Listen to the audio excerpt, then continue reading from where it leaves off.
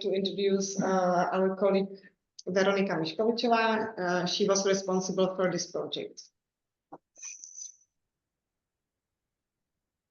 Thank you. Hi everyone. So my name is Veronika. I'm an architect, researcher, and a long-term collaborator with Kruh. I have been preparing and coordinating the project Architecture and Landscape, which took quite a long time to detail and finally realize. However, thanks to the support of Iceland, Liechtenstein, Norway grants, we were able to explore the beauty of Nordic cities and their landscapes. Our study excursion consisted of 2 parts, to Norway and Iceland, with the main goal of exploring and getting to know the local architecture so we could bring these examples to our audience in the Czech Republic and abroad and gain inspiration for our lecture series. On the Czech side, the study excursion was completed by Marcela, Václav, Andrea Thiel Lhotáková, who also has made a photo documentary in most of the following pictures, and me, Veronika. In both Norway and Iceland, we were lucky to meet and spend quality time with our project partners, local architects Henning Nielsen in Norway and Karl Kvaran in Iceland. We are more than happy to have them here to participate in our hybrid presentation and together reflect on our journey. In Norway, we explored the city of Bergen, which is located on the west coast and surrounded by mountains and fjords. After that, we drove through the surrounding landscape and were delighted to navigate through stunning fjords, villages, and breathtaking natural scenery. In Iceland, we visited the city of Reykjavik and then drove around the island. Now, please let me introduce Henning Nielsen, an architect and architectural guide based in Oslo.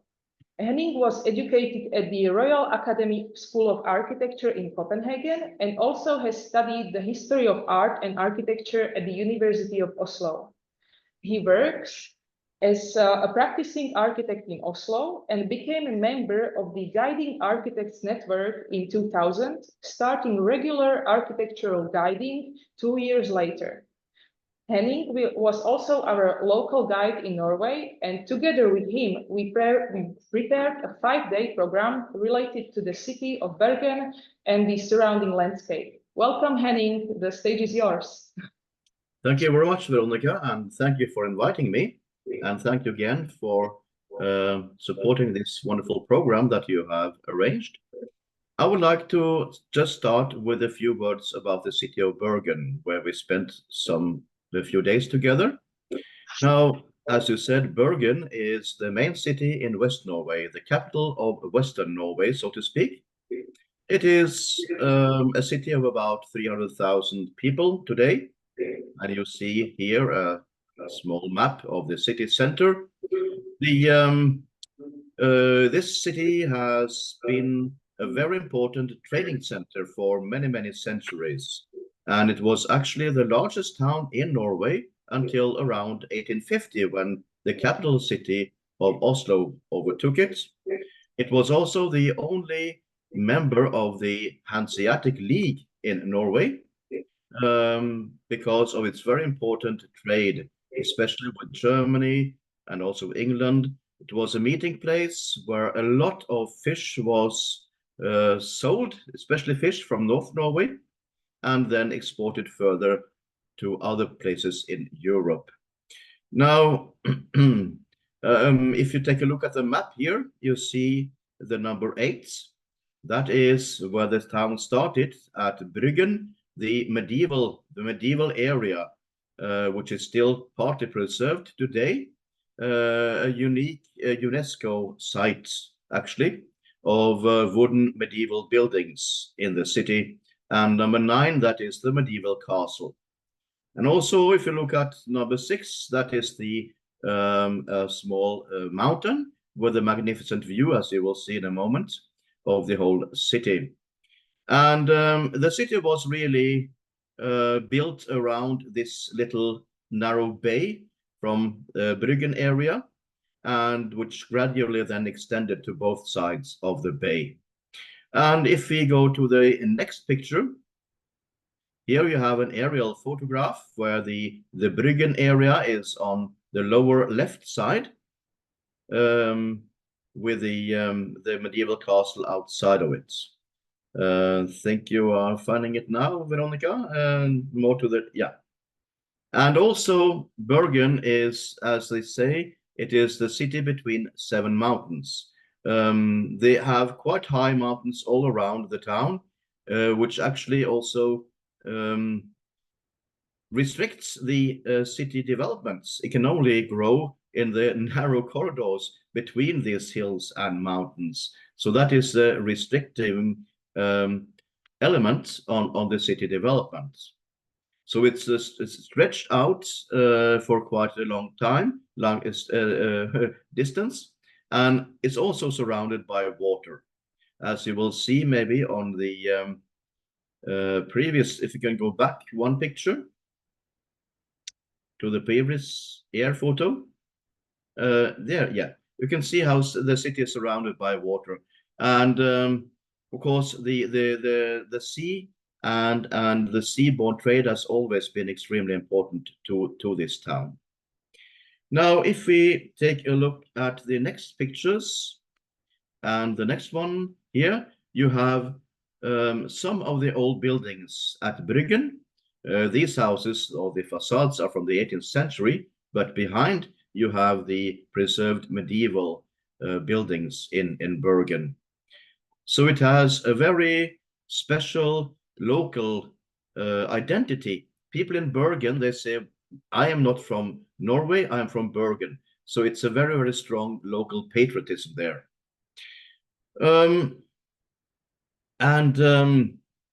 It also has, of course, some very important and nice pieces of architecture.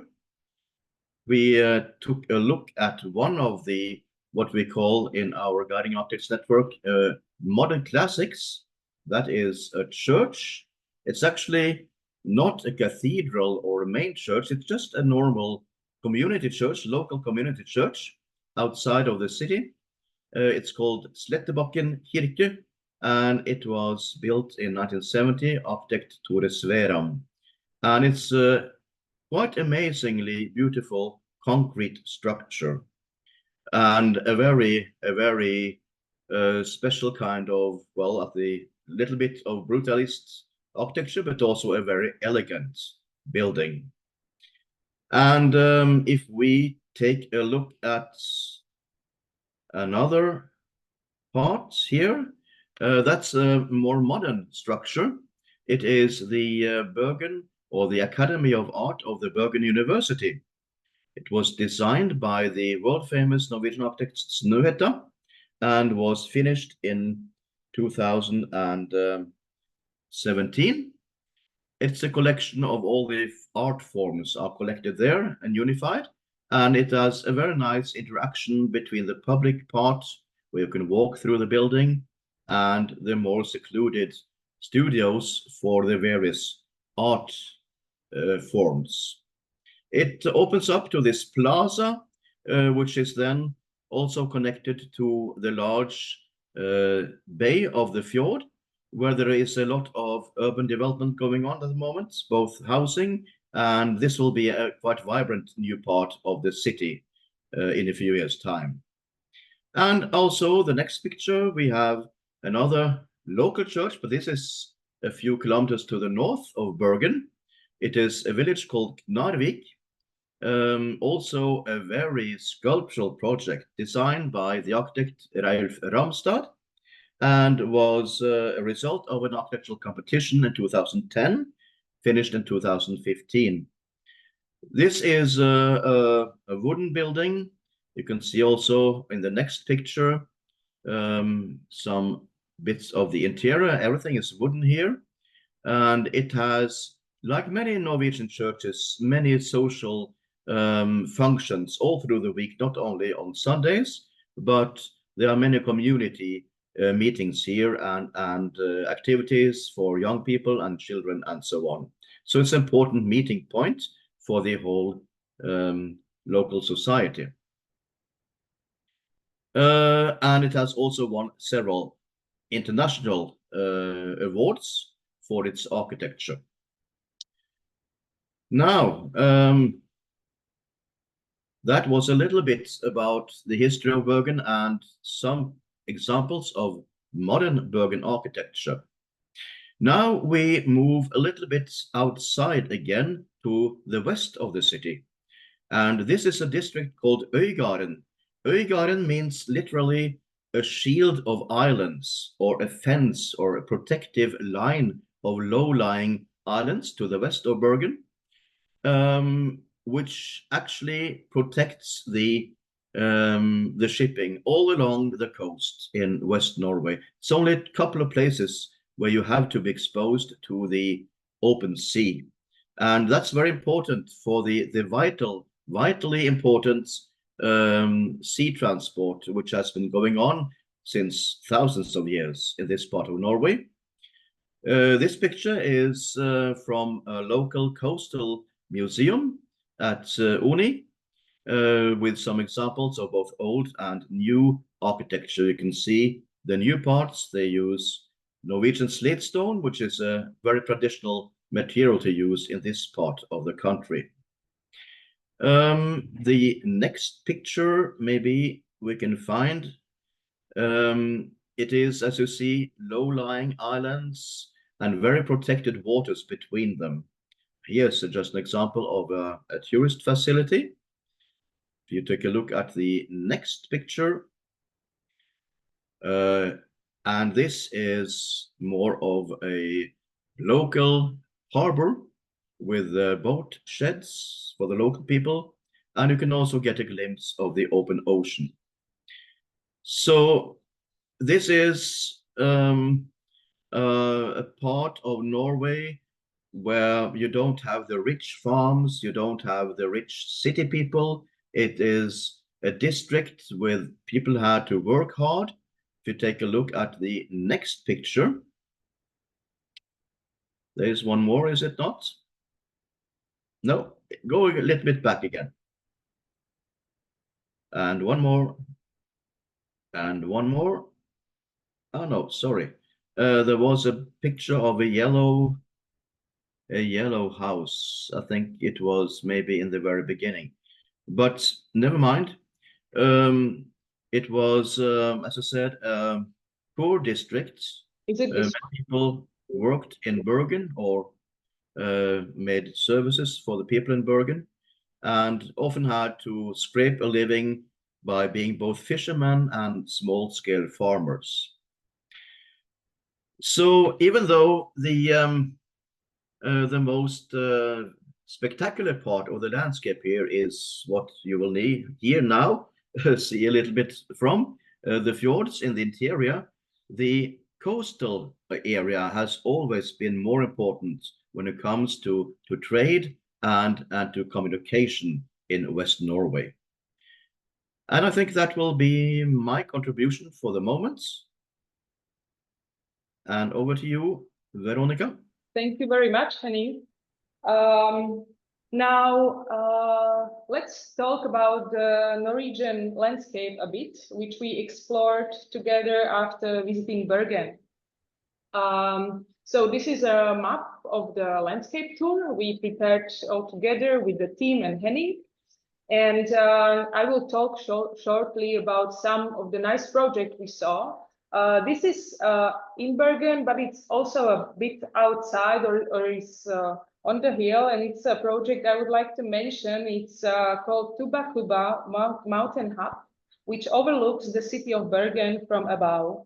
And the structure is a project designed by students from the Bergen School of Architecture during the workshop led by OPA Form Architects. Constructed using natural materials, this cabin provides a unique space for families to enjoy nature, and it is available for rent for free of charge. And I have to mention, before I will talk about this slide, that we were very lucky with the weather in the city of Bergen. Unfortunately, our good fortune with the weather did not continue after that. As we left Bergen, we were greeted by typical Norwegian weather, dense rain, fog, cold, and sharp winds. Our journey through the landscape has begun. Still very motivated, despite the weather, we continued on our journey, focusing on places where architecture seamlessly integrated with the landscape. A notable project, which we explored quite a bit during our landscape tour, was the National Tourist Routes in Norway, which is a project managed by the Norwegian Public Roads Administration. This initiative encompasses 18 scenic routes across Norway, featuring from small-scale to bigger-scale architectural interventions, from viewpoints overlooking fjords to rests, but also mentioning small architecture as public restrooms, pathways, tourist centers, and more. These routes serve as showcases of architectural interventions that are carefully placed to amplify the scenic qualities of its surroundings. On this slide, we see Stegastan viewpoint, which is located about offering very panoramic views. This platform extends 30 meters out from the mountainside, providing visitors with an experience of the fjord's dramatic scenery. Its design, using wood and steel, complements the natural scenery. However, I have to say that this intervention is more photogenic than practical, as we were not able to look over to the view through the massive structure. The solid railing, while ensuring safety, also obstructed a clear line of sight, making it quite difficult to fully appreciate the stunning views without craning our necks. Despite this, the overall design of this is striking and well integrated into the landscape, and we got the nice pictures. Another notable site we visited was the Voringsfossen viewpoint, located in the Hardanger region, and sorry, Henning, if I pronounce it not correctly. It is one of the Norway's famous waterfalls with a drop of 182 meters. This viewpoint features a series of paths and bridges that offer spectacular views of the waterfall and the surrounding canyon. The design of the viewpoint integrates with the natural rocky landscape of the valley, using materials like steel and stone to create a structure that is both functional and well done in detail.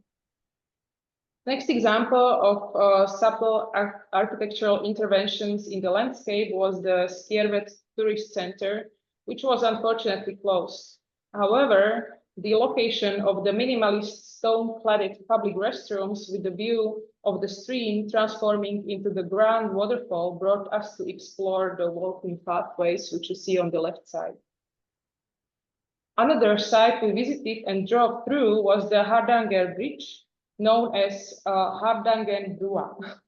This suspension bridge spans the Hardangerfjord. At 1,380 meters in length, it is one of the longest suspension bridges in the world. It was opened in 2013. It is a good example of contemporary engineering and design. The bridge not only facilitates efficient transportation across the fjord, but also offers nice views of the surrounding mountains. As we drove through, we really had to stop and explore the Espenes rest stop. What fascinated us the most was the seamless steel structure and the simple, thus complex design that complemented with its surroundings. This thoughtful creation and integration of light and architecture transformed this place into more than just a practical stopover. It became an experience that highlighted our journey through the scenery. This distinctive toilet by Code Architects, built in 2022, is a part of a 64-meter long and 4-meter wide steel structure. Under the roof, you can experience different sections of the landscape along with the changing reflections of the light in the steel. Fascinated by these small interventions, even on our way back to the airport, we saw a project by the architects Helen and Hart, who named this toilet project on scenic route Hardanger a geological window. Inspiration for this project was found in the local natural surroundings, as well as geology of the area with its sediments, cracks, and faults. Using trees with trunks and roots as building materials for the walls and concrete for the roof, the structure resembles a giant mushroom-like structure, which houses one regular and one ambulant toilet. They were just some of the projects we saw, these were just some of the projects we saw, and altogether we had full 5 days of intensive city and landscape visit.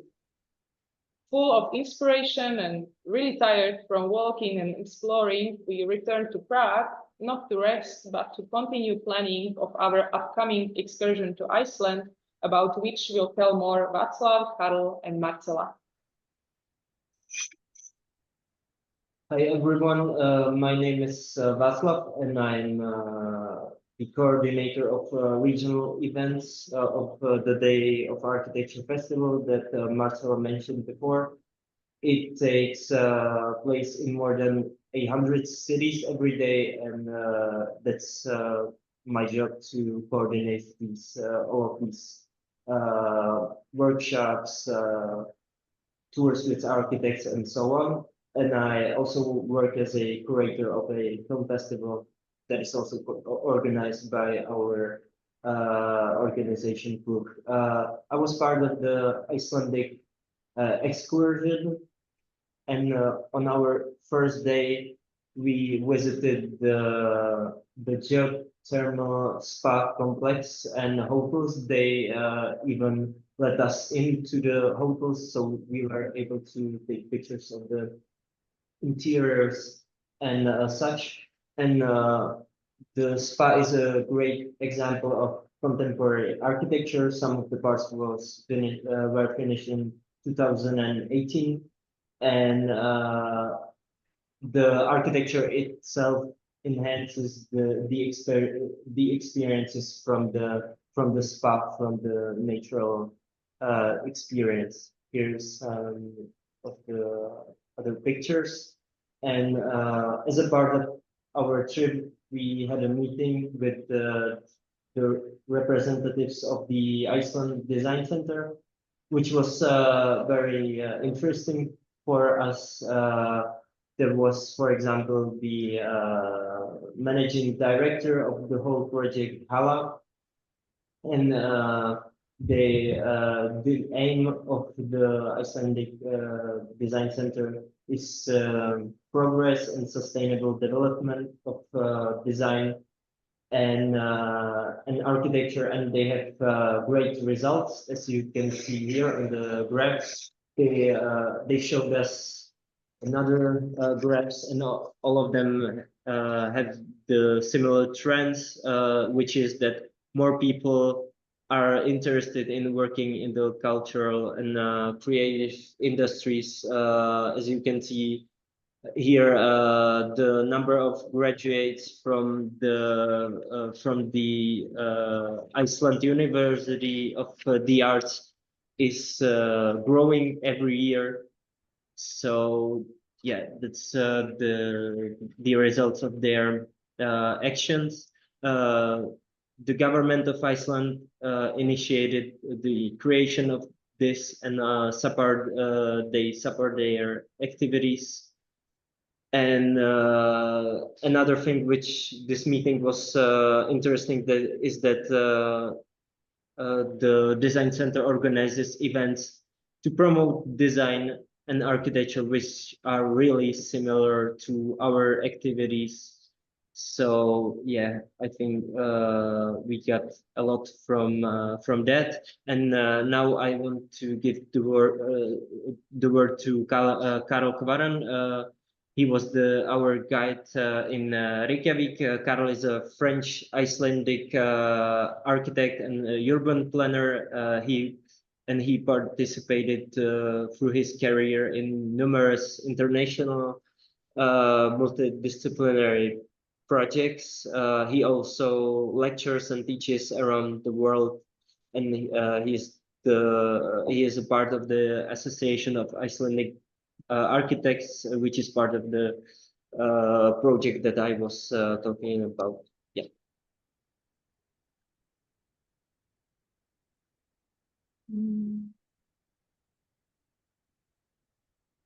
You have to unmute yourself. Yes. Yeah, it's done. Thank you so much. Nice to hear from you all, and thank you for this presentation. It sure was a lot of fun to have you here on visit to Iceland. So we're looking forward to have you back when in the winter time, maybe when it's snow and northern lights.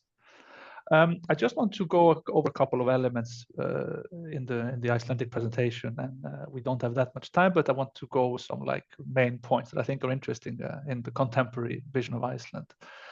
First of all, I wanted to go over like elements, you know, what is Iceland? And Iceland, of course, is situated in the Atlantic Ocean. It has a quite close relation to Scandinavia. As Henning surely knows, another Scandinavian, had a very close relationship to Bergen and to Oslo. And then in 1944, it became independent from the Danes after having been under Norway for a long time. But it's interesting to see, and it's always a personal question, what is Iceland? So Iceland, of course, is this beautiful nature, this kind of organic landscape, colorful, with diverse landscapes in the middle of the ocean. And then if we go to the next slide, but then it's also, let me see. Yeah, next slide. Yeah, it was a bit too quick. Yeah, but it's then Iceland also had this part which is geothermy, which is an extremely structural engineering way of looking at the landscape. And it's also a way that we try to be highly sustainable.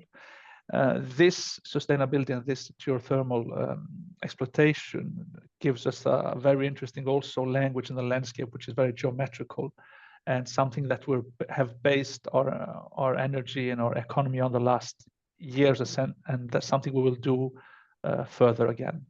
And then Iceland can also be, with the next slide, can be this little human scale Icelandic turf house, which has a very, very close relation to the nature, very organic relation. It's something we find a lot in Iceland, but that can also be found in a more global way in Scotland, in Britain, in Norway, even in Denmark. So we're also part of a global heritage, which is very interesting. And if we go to the next slide, I want also to talk about two, three buildings, just to show the diversity and the connection that we have to the nature. And first of all, I wanted to introduce this building. Unfortunately, we did not see it in our promenade, but we will look at it next time. And this building is a brutalist building from 1965. And I think it was interesting because this was one of the first brutalist buildings in Iceland, but also where they were mixing together Icelandic traditional turf house. And also because it was a woman who was the architect. And that's another part of the Icelandic society, and especially of the Icelandic architecture society. The presence of women have always been very important in Icelandic architecture. And unfortunately, they were not visible in the old days, but now they're more and more visible. So I think this also has a bit of a symbolism that we have to keep and retell the story as it is. If we go to the next slide, we will go a bit more in detail on the Harpa, but this is a Harpa, the concert center, and that's also a piece of typology that we have now in Iceland. And we can see also always that we have the same language of we don't maybe have the same language of architecture, but we always have this architecture who is fighting with nature. We may not have maybe the same kind of romantic relation as in some parts of Norway, but we have more this kind of defensive attitude toward the nature, as nature in Iceland is quite aggressive. So this is the concert house by the harbor in Reykjavik, which also functions almost as a horizontal lighthouse. And then the next one.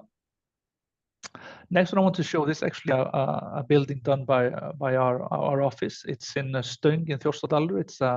It's the oldest ruins in Iceland. And it shows a bit, just to show you a bit what the generation around 40-45 years is working with, which is a lot about reuse of materials, reinterpretation of spaces, life cycles of materials, and working in harmony with nature. the new generations in Iceland, the future generations, are really working more and more toward this approach, like in many countries in Europe. But we are willing now to really look and engage ourselves with the forces that we have on site, and in a way talk to history. So as we continue, this is part of the excursion we did in Reykjavik with the whole team, and this one is the city hall done by Studio Grande, which is one of the, I would say it's the biggest and the most famous office in Iceland. They did a lot of office buildings and a lot of institutional buildings, such as the parliament buildings and the courthouse. This building was quite interesting as it was built. It was one of the first buildings here in Reykjavik where the ground floor works as a public space. And again, that's a notion that we are working a lot with in Iceland, and similarly also in Norway. Snøhetta has done a lot of work on that in Norway. It's to how can we treat a building by inviting the public space into the building, and how does the flow work? So this was one of the first examples here in Reykjavik where the public space was invited to the ground floor. And if we continue a bit. So here we see on the left side, the interior, we see the exterior with this kind of contemporary interpretation of the turf house.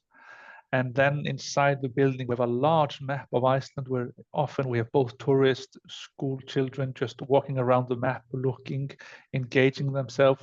So the ground floor of the city hall is actually a public space where people are engaging, talking, meeting each other, and conversating. On the right side, we see like a building which I think is a couple of years old at the university campus, and it shows again the regain that we are working more and more with raw concrete. This is something that traditionally has been a lot in Iceland, but this is something that is more and more this concrete work, and that's mostly actually due to the earthquakes that we have in Iceland. Let's not forget that different from other countries in Scandinavia, we are a rock on the middle of the ocean, which has enormous volcanic activities and earthquake activities, which influences a lot, of course, structural balance of the buildings. If we go to the next. So this is one of my favorite examples from the 50s, 60s in Iceland. This is the cinema in Iceland at the university campus.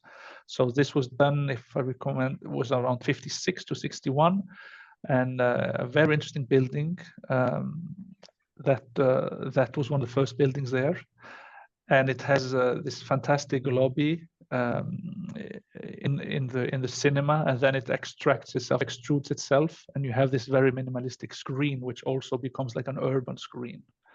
And this is one of the most interesting elements from this period in Iceland, in Reykjavik. Sorry. And if we continue to the next. So as we were walking, we also wanted to emphasize a bit on the urbanity, and Iceland maybe and Reykjavik has developed lately urban spaces and urban walks. This is something that came quite late into the city planning and city design in Iceland. This is something that is quite new, almost we would say immature in a way, but this is something that is growing now. And it's growing, of course, with this kind of social democratic way of building the public space. So now more and more we have bridges. We're approaching the city through the pedestrian. And this is a bridge made by Studio Grande as well, where we kind of are floating over the main highway in Reykjavik. At the same time, we can engage ourselves in green area where we have a wild bird life. So people can often just step out on this bridge and listen to the birds. And if we continue a bit. So here we are, the four of us, listening to the birds in the wind. And on the other two pictures, what I think is interesting, and it's a very nice picture that we've chosen, is that the diversity of Reykjavik and the colorfulness. We have, of course, Reykjavik is a young city. I mean, it was built up in the 1900s, early 1900s. It was mostly wood houses, and then we had like corrugated steel.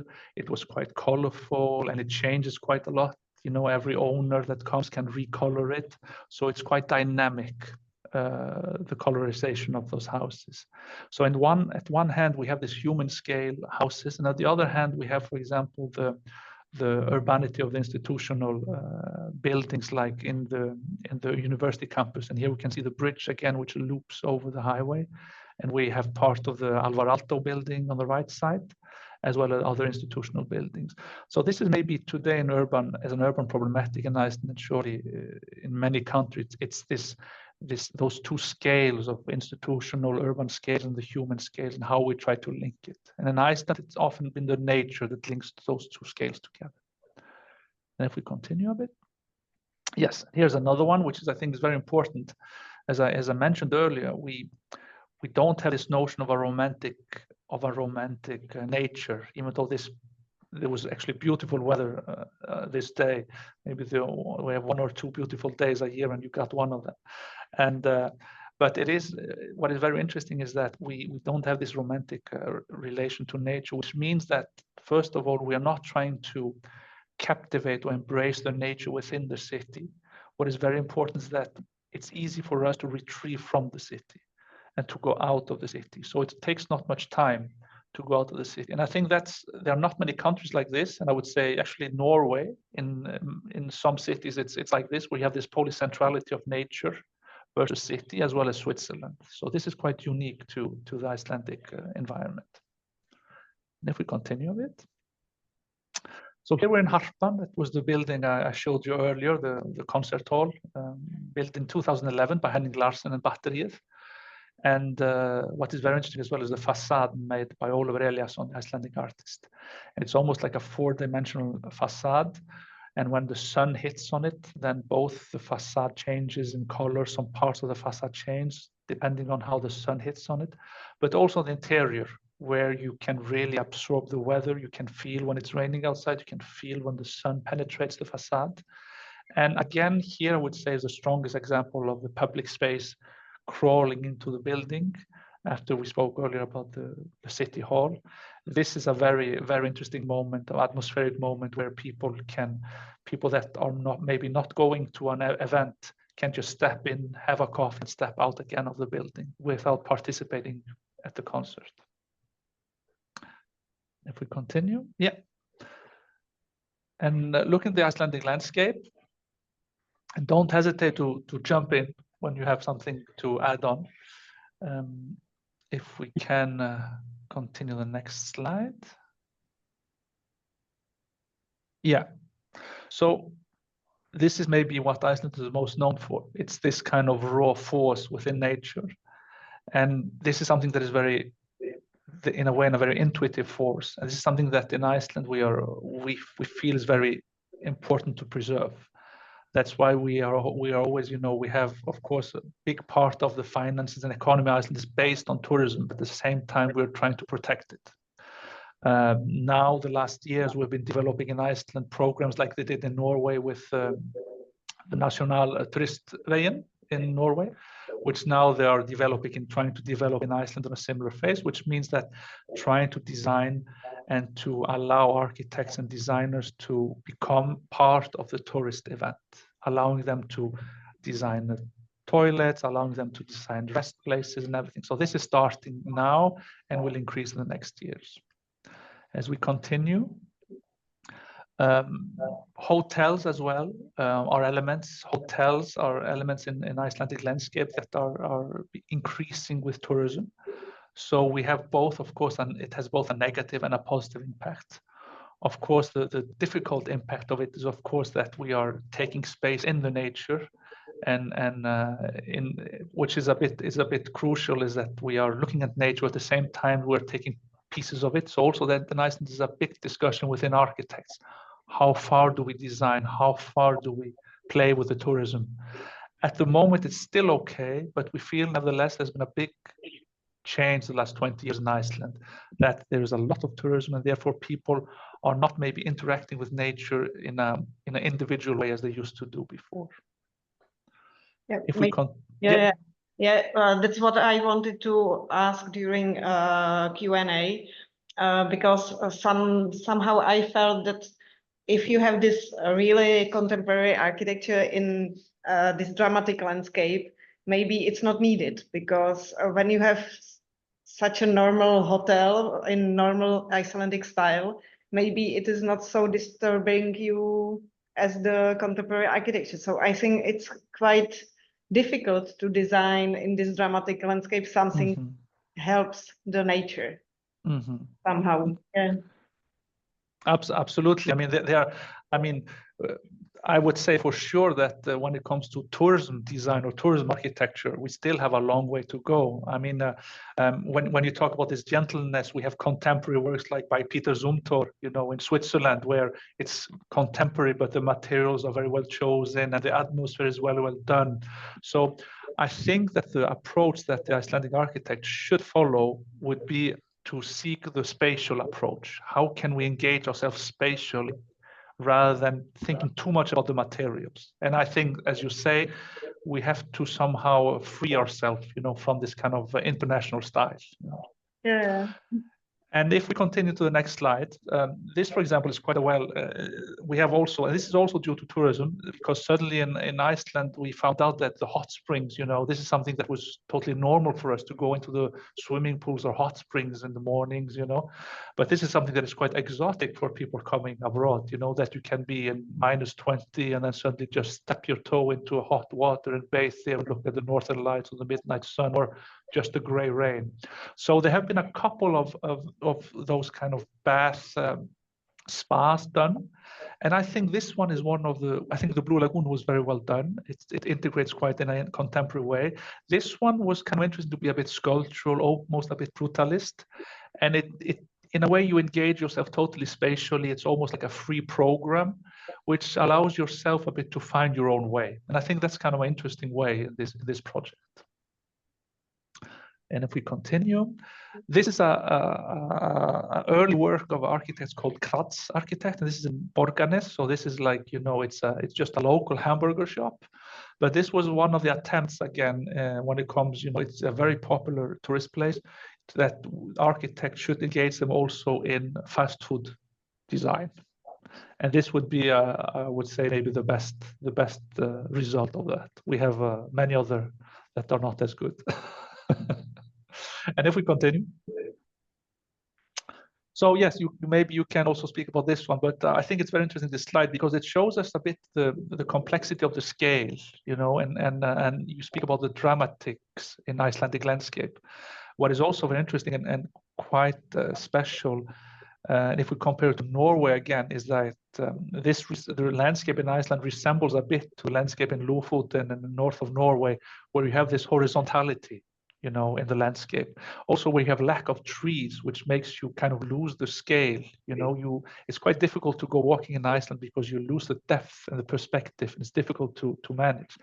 So in Iceland, lately we have been, instead of putting highly contemporary objects in the landscape, we are now more and more, and especially my generation, if I can still call it the young generation, working just with, you know, existing farms, working with existing forms, reusing the materials, reusing the spaces, trying to reinterpret, working with hot water, etc., etc. So I think there we're engaging in a very interesting conversation that I think we still haven't gone all the way, and I think we're on the right way.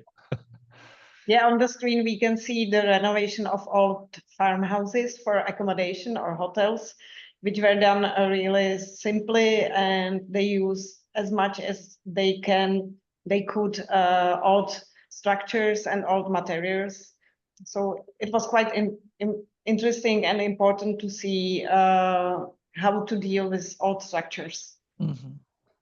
And also what is interesting is that it's not always only architects, you know, this is also farmers and local people, you know, or just skilled people, you know, who are good in handcrafts who go into this. So I think it gives a very interesting local aspect to the architecture. But I think it's very good, those pictures you took.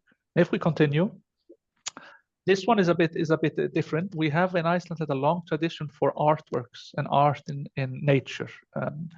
I think maybe the most famous one, we have beautiful artworks by Richard Serra in Reykjavik, Viðey, which you will visit next time. And we also have the Peace Tower by Yoko Ono. This is a German artist, if I remember correctly, close to Seyðisfjörður. Mm-hmm. Yep. And I think it's called Tvíhöfði, where the game of this sculpture in a way is to interpret the 5 sounds of music, which means when you go into the space and you speak or sing, different tones and different heights will go in your voice depending on the echo and the sound that goes in. So in a way, it's almost like a upscale, you know, voice that goes in there. And I think it's quite interesting because this is something that in Iceland no Icelander would have done this like this, you know, put concrete. So I think it's interesting also to look at what do foreign designers, architects, and artists do when they go to Iceland. How do they feel spatial in Iceland? So I think it's interesting also to invite to invite foreign artists and architects to conceive in Iceland.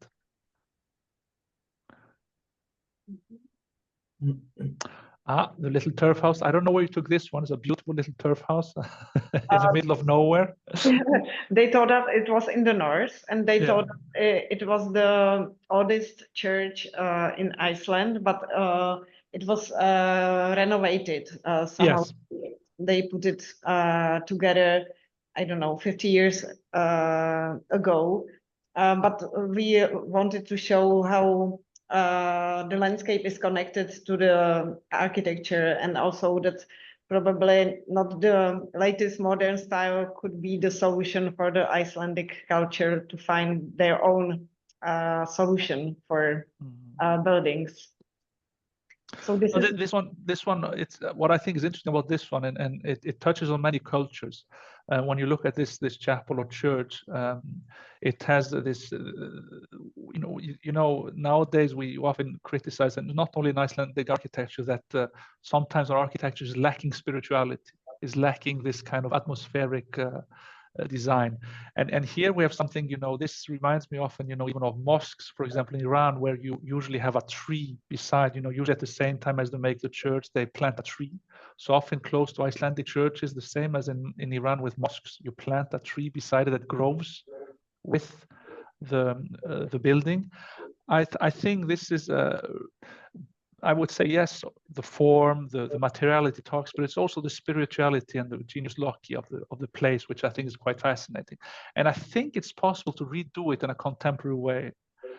I think I think future generation will somehow, you know, we have a couple who are good in it now, and I think the Norwegian are getting very good in it. When I see the contemporary wood churches in Norway, I think it's a quite fascinating way of approaching it. I think it's just our job as a contemporary architect to see how can we be contemporary in this kind of ancient setting. And if we go to the next one, yeah. I think it's the last picture. We can unmute our visitors. That maybe they can also ask some questions. So thanks a lot to Henning and Karl for lecture and also to guide us. It was really interesting. We showed not all the projects we saw. For example, in Iceland, it was quite difficult to find some of the projects because they were hidden in the landscape.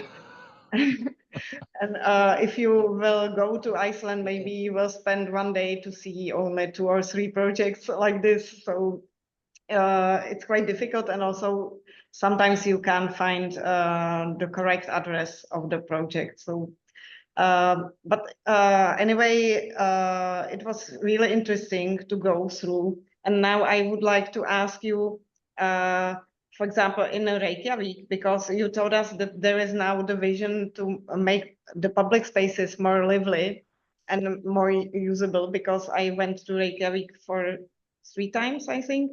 And now I can see that the places are more habitated.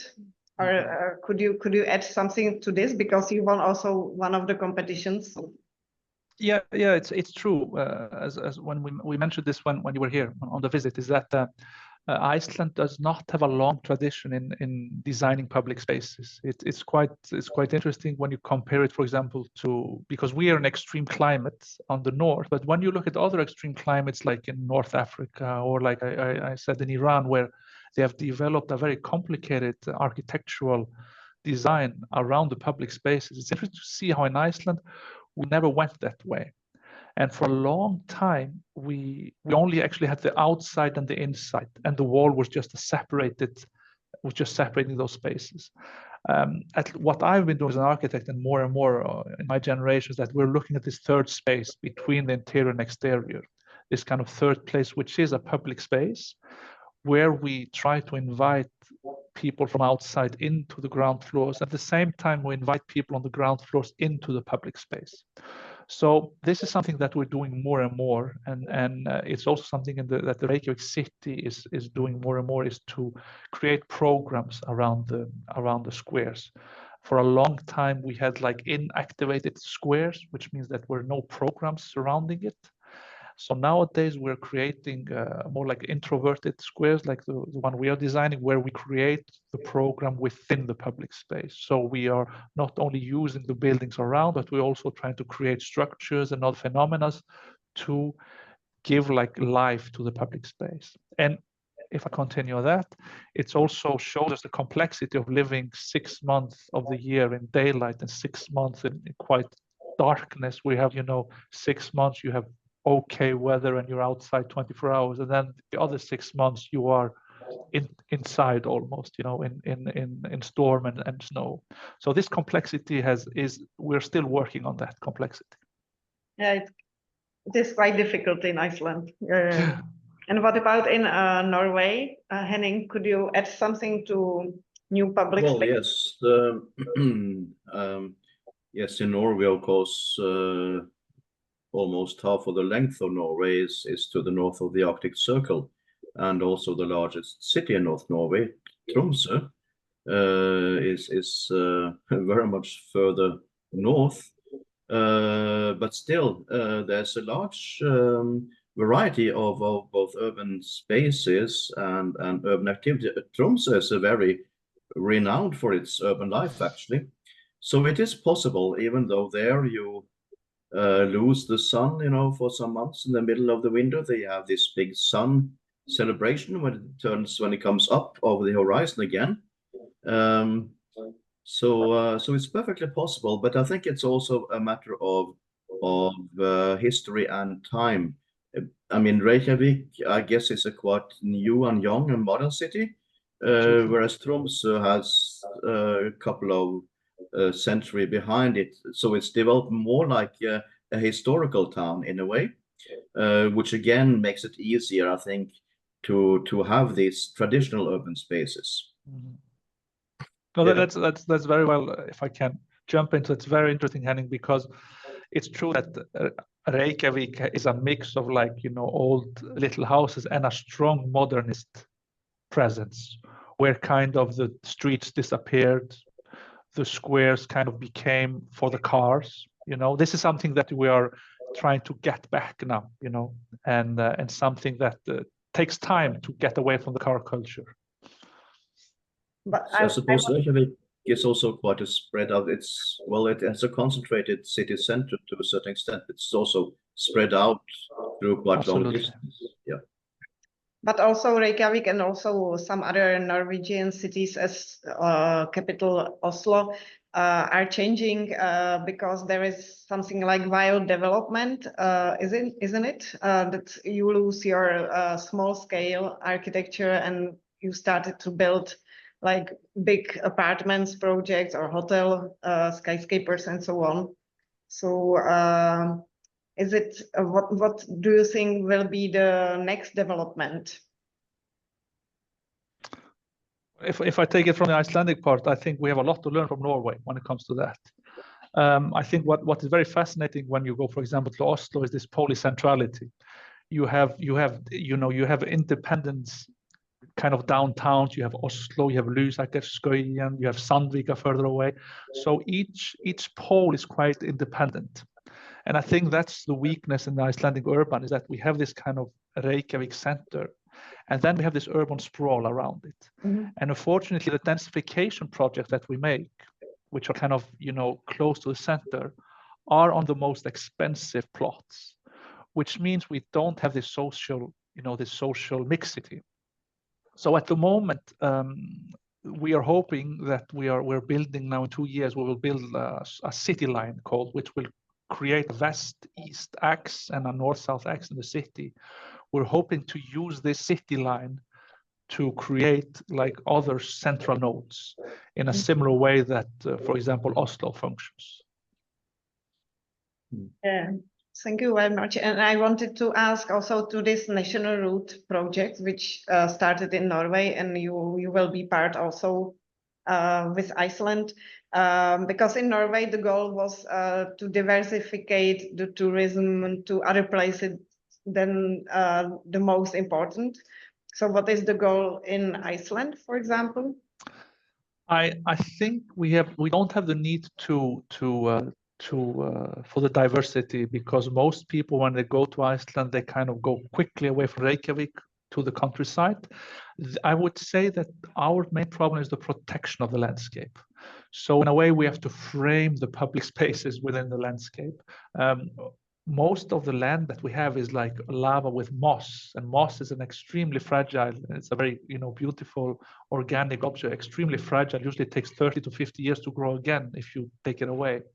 So I would say that the role of those national routes, differently from Norway, but at the same time the similarities, is that it's both to educate us in the nature, and I think in Norway they do that very well.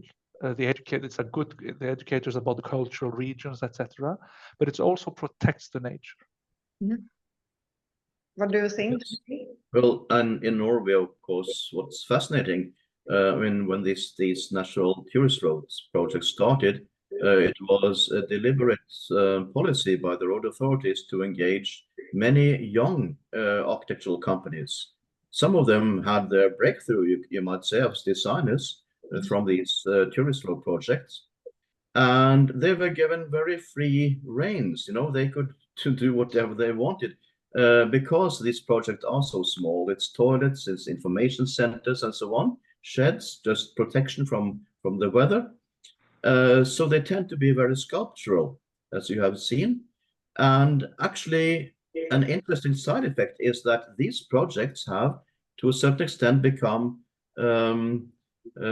places of interest in themselves. People go there just to see these architectural projects, not only nature.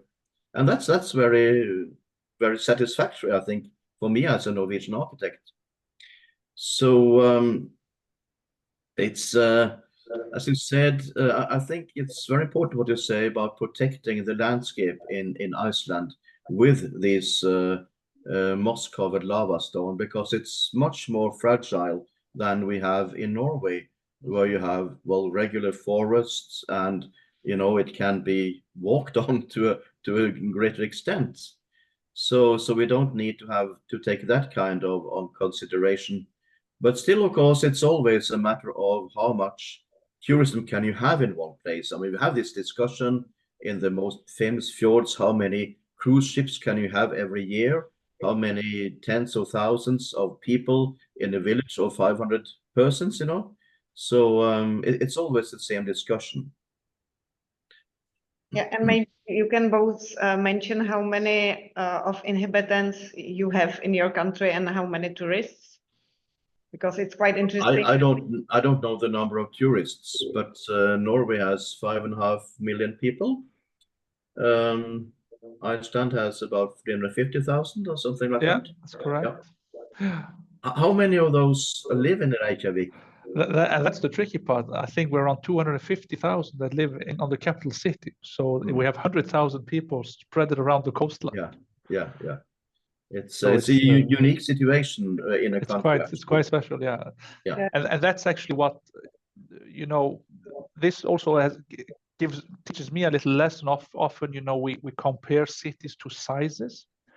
But for example, Reykjavik being a capital city, having this place, on the Atlantic Ocean between America and Europe, and also this strategic place Iceland has, it means that it has much more vibrance and much more presence in international community than you would think compared to the population. That's the same with Norway as well.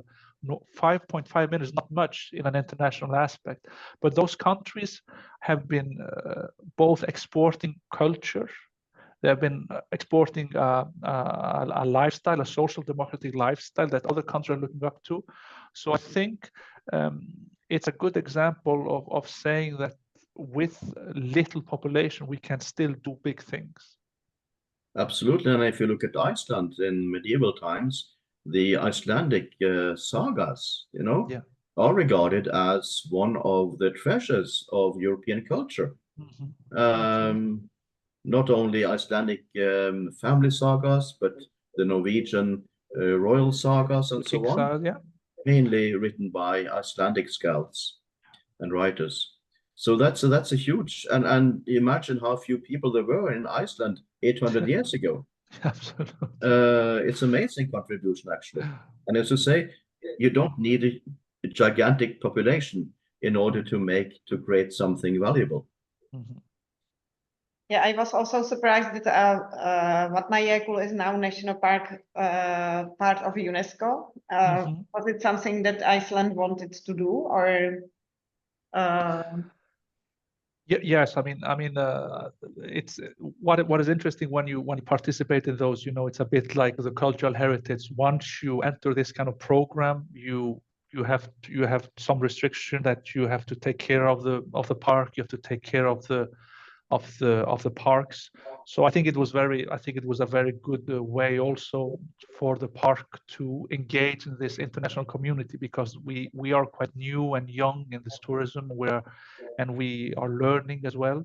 So it was quite quickly they wanted to engage themselves in a dialogue with the UNESCO and other institutions. And I think it's also to get into this dialogue.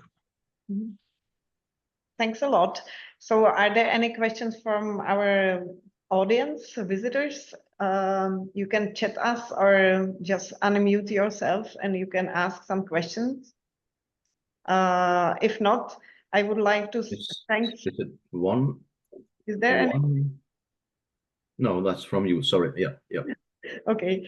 So I would like to thank to Veronika for organization of this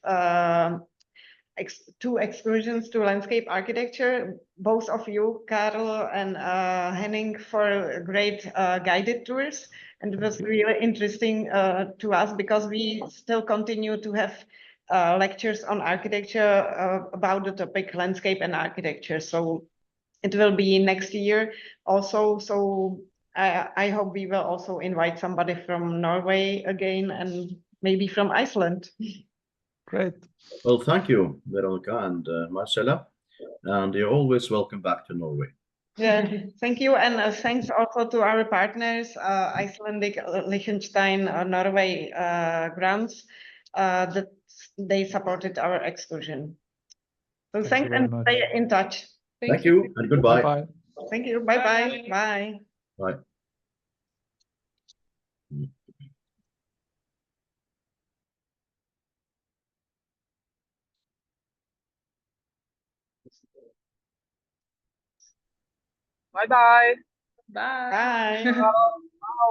Bye.